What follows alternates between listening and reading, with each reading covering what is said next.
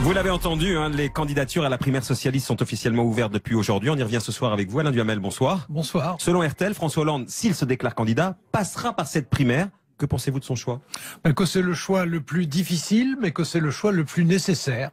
C'est le choix le plus difficile parce que pour un président en exercice, participer à une primaire, ça veut dire accepter de se faire totalement désacraliser. Ça veut dire pouvoir être interpellé par Marie-Noëlle Lienemann, harangué par Arnaud Montebourg, tout ça à la télévision, devant la France entière. C'est quelque chose qui est évidemment sans précédent. En plus, continuer à présider dans ces conditions-là, c'est-à-dire d'un côté être le chef de l'État en majesté et de l'autre côté être à l'intérieur d'une primaire et devoir répondre à Gérard Filoche, c'est quand même quelque chose d'un peu particulier. Puis par-dessus le marché, il peut la perdre cette primaire. Évidemment. Et alors là, ce serait l'humiliation suprême. Bon, cela étant, s'il n'y va pas, c'est un vrai scandale politique. Il a accepté le principe des primaires. Donc à partir du moment où le principe a été accepté, même s'il n'a jamais dit lui qu'il y participerait, il n'empêche que ne pas le faire, ça soulève un problème énorme que, évidemment, ça ne réglera rien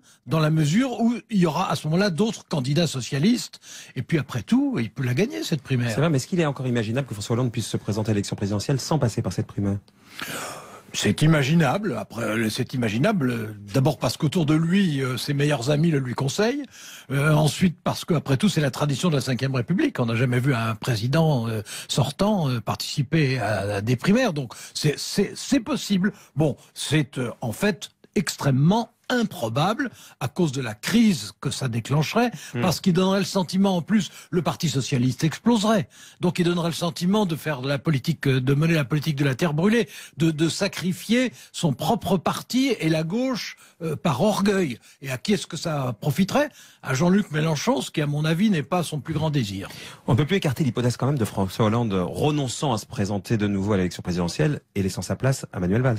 Non, on ne peut pas l'écarter, parce que quand on voit l'état des sondages, qui sont calamiteux, évidemment, on ne peut pas ne pas se poser la question, parce qu'on voit bien que partout en Europe, et d'ailleurs partout aussi aux États-Unis, il y a un rejet des sortants qui est très puissant. Et puis d'ailleurs, dans la famille même de François Hollande, certains lui déconseillent de se présenter en disant que c'est pas la peine de souffrir pour rien et de prendre des coups comme ça pendant 5 mois. Bon, mais s'il ne se représente pas, qu'est-ce que ça veut dire? Ça veut dire que lui-même renonce à défendre le bilan de son quinquennat et que lui-même admet qu'il n'a plus rien à proposer.